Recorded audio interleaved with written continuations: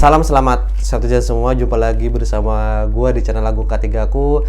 Kali ini kita akan membahas lagi sebuah accident yang terjadi pada sebuah tangki yang tiba-tiba meledak. Bagaimana accidentnya? Sebelum gue putar, jangan lupa untuk subscribe channel ini, kemudian juga di like videonya. Kemudian kalau misalnya ada pertanyaan, ada komentar, silakan Citizen untuk memberikan komentar di kolom komentar.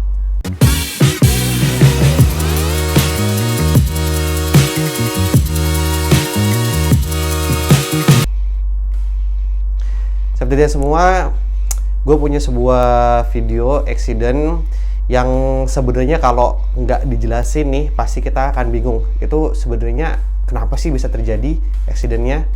Nah, untuk melihat accidentnya seperti apa, silakan simak video berikut.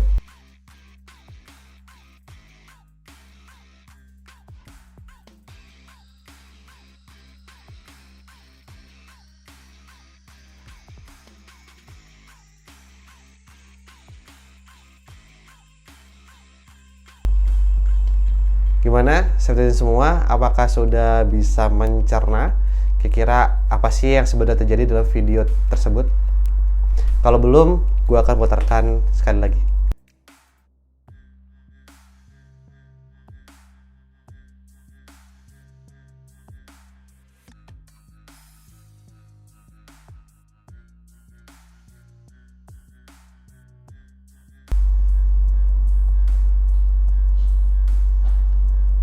Gimana? Apakah sudah bisa mencerna? Ya, kalau belum, gue akan coba putarkan sekali lagi.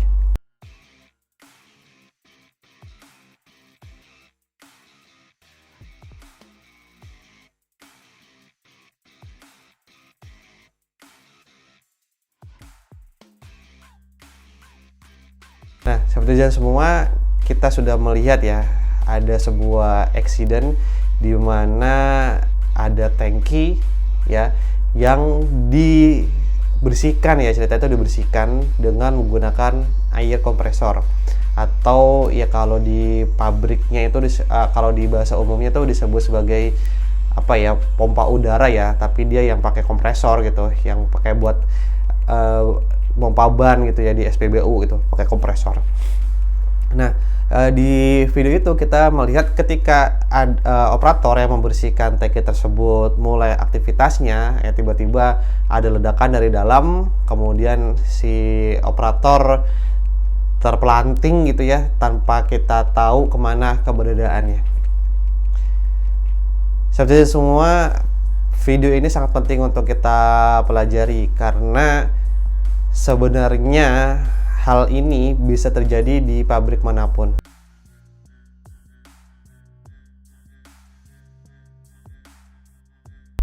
Terutama pada pabrik yang banyak mengelola atau banyak memproses debu-debu yang mudah meledak. Ya, penjelasannya dalam kecelakaan tersebut adalah sebenarnya tangki yang ada di dalam. Ya, penjelasan kecelakaan tersebut gue dapatkan dari salah satu dosen gue yang memang sangat expert di bidang kebakaran. Jadi kata beliau itu sebenarnya tangkinya itu tangkinya masih ada panas ya. Ada di tangki reaktornya itu masih panas, masih ada sisa. Ya pastinya kalau di video itu nggak akan kelihatan ya. Ya makanya memang sejujur-jujurnya kalau kita ingin menginvestigasi kecelakaan itu memang sebaiknya langsung ke lokasi gitu, tidak bisa melihatnya dari video aja. Nah, cuman dalam konteks video yang gue buat ini adalah pelajaran yang harus tetap gue sampaikan kepada citizen, tidak bisa ditahan ya, tidak bisa tidak bisa disembunyikan gitu, karena sebenarnya banyak mengandung pelajaran. Balik lagi ke accident yang tadi. Jadi accident yang tadi itu ada tangki reaktor panas. Ya, di tangki reaktor tersebut sebenarnya ada debu yang udah terbakar atau debu yang udah meledak ya. Jadi debu-debu yang udah meledak itu adalah debu-debu organik yang dia punya nilai sendiri gitu ya, punya nilai faktor sendiri yang udah meledak. Debu-debu organik semacam misalnya adalah gula, kemudian debu susu ya, kemudian debu jagung gitu ya.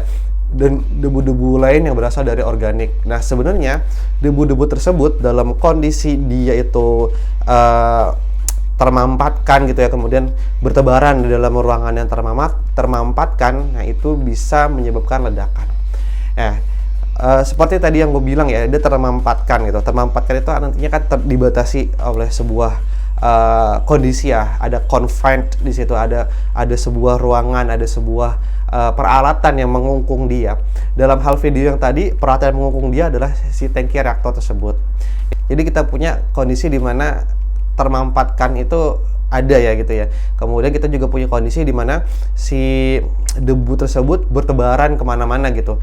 Karena dari operatornya sendiri itu dia menggunakan kompresor air gitu ya untuk membersihkan sehingga si debu itu bertebaran di dalam area tersebut di dalam tangki. Nah, kemudian di situ juga sebenarnya ada oksigen. Ya, karena kita lihat manhole-nya terbuka, otomatis oksigen masuk ke dalam dari tangki tersebut. Kemudian kita juga menyadari bahwasannya di situ ada debu. Nah, debu itu adalah sebagai bahan bakar.